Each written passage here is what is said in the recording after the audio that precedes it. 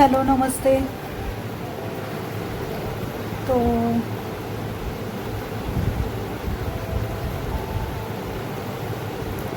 बातें बहुत सी है करने के लिए, और ज़रूरी नहीं है कि कोई टॉपिक ही चुना जाए। टॉपिक तो बहुत है और मेरे पास बताने के लिए बहुत है। तो शुरू करते हैं कि आप जीवन में, जैसे सुबह की शुरुआत, जब आप सुबह सोकर उठते हो तो बैठे बैठे जैसे उठते हो ना, जैसे आप होश में आते हो, जैसे कि समझिए कॉन्शियस में होता है, सब कॉन्शियस में होता है, तो जैसे आपकी जागृति होती है कि आपको अंदर से पता चलता है कि हाँ अब मैं उठने वाला हूँ, तो तभी तभी आप खुद देखिए कि आपके माइंड में क्या चल रहा होता है। क्योंकि रात में हम सोते हैं तब हम एक विचार लेकर सोते हैं, अच्छा बुरा दोनों। हम सोचते हैं कि जैसे कि कोई खुद को एक अफर्मेशन देके सोता है कि हाँ I am rich, I am wealthy, मेरा सब सही है, मेरा सब ठीक है।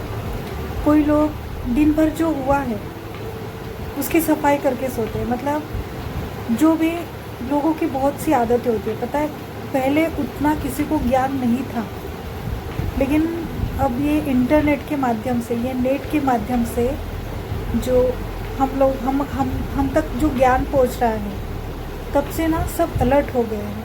मतलब जिनको पता है, जिनका समय आ चुका है अपने जीवन में बदलाव लाने की। नहीं तो ऐसे बहुत से लोग पड़े हुए हैं कि जिनको ना निगेटिविटी ने इतना घेर रखा है कि वो अगर कि उसको कुछ बताने भी जाएंगे ना कि अरे ये देख लो, इससे तुम्हारे विचार बदल जाएंगे, अरे ये पढ़ लो, ये वीडियो देख लो, ये बुक पढ़ लो, अगर आप जब उन्हें बताने जाएंगे ना तो वो हमें सुना देंगे कि नहीं पहले तुम खुद में बदलाव लाओ। फिर मतलब उनका देखा जाए तो उनका समय नहीं आया हुआ है। और ये जो मेरा वीडियोस देख रहे हैं, या जो भी मोटिवेशनल या जो स्पिरिचुअल, जो भी आध्यात्मिक से जुड़ा हुआ कोई भी वीडियो देखता है, तो उसका ना जीवन बदलने का समय आ गया होता है। उसके प्रारब्ध ने अलो कर दिया। अलो मतलब आपको एक आदेश दे दिया कि चलो इसके बाद आप खुद देखो, खुद जानो आपने अब तक क्या किया है, अब क्या भोग रहे हो, क्या भुगत रहे हो, और अब आप प्रभु का नाम लेकर अपना जीवन परिवर्तन करो। तो ऐसे बहुत लोगों का अभी चल रहा है, ठीक है। तो कहने का तात्पर्य यह है कि ये जो वीडियोस भी हम तक आते हैं ना, जो स्पिरिचुअल, तो इससे ना, इस पर भी बहुत मतलब हमारे जीवन में इसका भी बहुत महत्व है, ठीक है। इसका भी बहुत महत्व होने की वजह से ये सब ना हमारे विचार परिवर्तन के लिए ज़रूरी है, ठीक है। तो जब जिस भी क्षण लगे कि नहीं हम हमारे विचारों से भटक रहे हैं, मैंने कहा है कि सुबह का पहला विचार, जब आप जागृत अवस्था में आते हैं तब आप देखिए कि आपका पहला विचार क्या होता है। तो बहुत से लोग, जैसे मैंने कहा है कि अपने विचारों की सफाई करके सोते। विचारों की सफाई मतलब क्या होता है? विचारों की सफाई मतलब ये होता है कि जो दिन भर निगेटिव हुआ है हमारे साथ, मतलब कुछ होता है ना, ज़रूरी नहीं कि पूरा दिन ही अच्छा जाए। अगर ऐसा भी होता है जब मालिक की कृपा हम पर होती है, ठीक है। लेकिन जो प्रारब्ध है, जो हमने देखा है, हमने जो कर रखा है, तो उसका हमें कुछ ना कुछ दिन भर में कुछ ना कुछ हो गई, ठीक है। तो उसके लिए हमने रेडी रहना है। तो कहने का तात्पर्य यह है कि जो सफाई करके, मतलब कि जो चीज़ें नहीं हुई है, जैसे कि आज मेरी अच्छे से मीटिंग हो गई है और उसमें मैं सफल हो गया, जबकि वो हुई नहीं है, जबकि वो अपोजिट हुई है, जैसे कि कुछ मिस हो गया, कुछ हो गया, और जो मतलब जिसके ऑफिस की, जिसके मतलब जो भी कार्य हम कर रहे हैं उसमें वो सफलता नहीं मिली, लेकिन वो खुद के माइंड को एक कमांड देके सोता है कि आज ये सब ठीक हो गया। मतलब जितनी अपोजिट बातें आपके साथ घटी है, जो भी आपके विपरीत घटना घटी है, उसको हम अच्छी बातों से, अच्छे एक सेंटेंस के साथ चेंज करके हम उसको अपने सबकॉन्शियस मतलब माइंड को बताकर हम सो जाते, ताकि हमारे माइंड में ये मलाल ना रहे, क्योंकि हमें ये मलाल ना रहे कि आज हमें ये नहीं मिला, ठीक है। तो ये रहेगा खुद के विचारों की सफाई, खुद के विचार। तो सुबह हम जैसे उठते हैं ना, अगर हमारे निगेटिव विचार होंगे ना तो हम देखेंगे कि हमारा सर भारी रहेगा, हमें दिन भर हमारा सर दर्द रहेगा। ये हुआ है मेरे साथ से।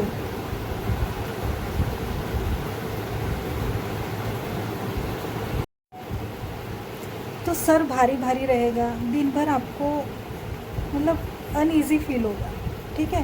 तो हमें हमेशा सोते हैं ना जब हम, तो खुद को ना हैप्पी करके, मतलब खुद के विचारों में खुद के लिए सुख, खुद के आनंद के बारे में सोचकर कि फ्यूचर में अगर ये मुझे मिल जाएगा तो मैं खुश होंगी, या मुझे तो इस बात से खुशी होगी कि कल मुझे मंदिर जाना है, इस बात से खुशी हो जाती है। तो इस आनंद में मैं सोती हूँ ना, तो हाँ, मैं ये सोचती हूँ कि कल जब मैं मेरे इष्ट को देखती हूँ, मेरे मालिक को देखती हूँ, तो मेरा मन सच में ऐसा लगता है कि प्रसन्न। मतलब देखो, आप ईश्वर के जब प्रेम में पड़ोगे ना, जब ईश्वर से आपको सच में सच्चा इश्क हो जाएगा, सच्चा प्रेम हो जाएगा ना, तो आप खुद देखोगे कि आप ना उनके बिना रह नहीं पाओगे। आप ना क्षण क्षण, मतलब एक एक सेकंड में ना उनको याद करोगे। और मतलब आप अगर इसके पीछे का कारण देखोगे ना, तो हम जब कहते हैं कि हम ईश्वर को याद कर रहे हैं, ऐसा नहीं होता है। ऐसा होता है कि ईश्वर हमें याद करते हैं, तो तब जाके हम उनको याद कर पाते हैं। हम ईश्वर का नाम भी उन्हीं की मर्ज़ी से ले पाते हैं। तो हम कितने अबोध बालक हैं, हमें सच में हम कितने अभी तक हमने ईश्वर की भक्ति शुरू नहीं की है। हम अभी तक कितने मतलब पीछे देखा जाए तो हम अभी तक उनसे कितना दूर है। हमें जो चाहिए उनसे, जो हमारी मांग है, हमारी जो इच्छा है, हमारी क्या मांग होगी उन्हें सब पता है, हमें मांगने की भी ज़रूरत नहीं है। तो जब हम हमारे विचार बदलते हैं हमेशा, और पता है क्या, हर चीज़ हमारे ना मन से ही होकर गुजरती है। जो चीज़ हम यहाँ पे देखते हैं वही हमारे जीवन में घटित होती है। तो क्यों ना हम इससे सही करें, मन को सही करें। हम खुद को एक अच्छा, हमें मार्गदर्शक की भी ज़रूरत नहीं है।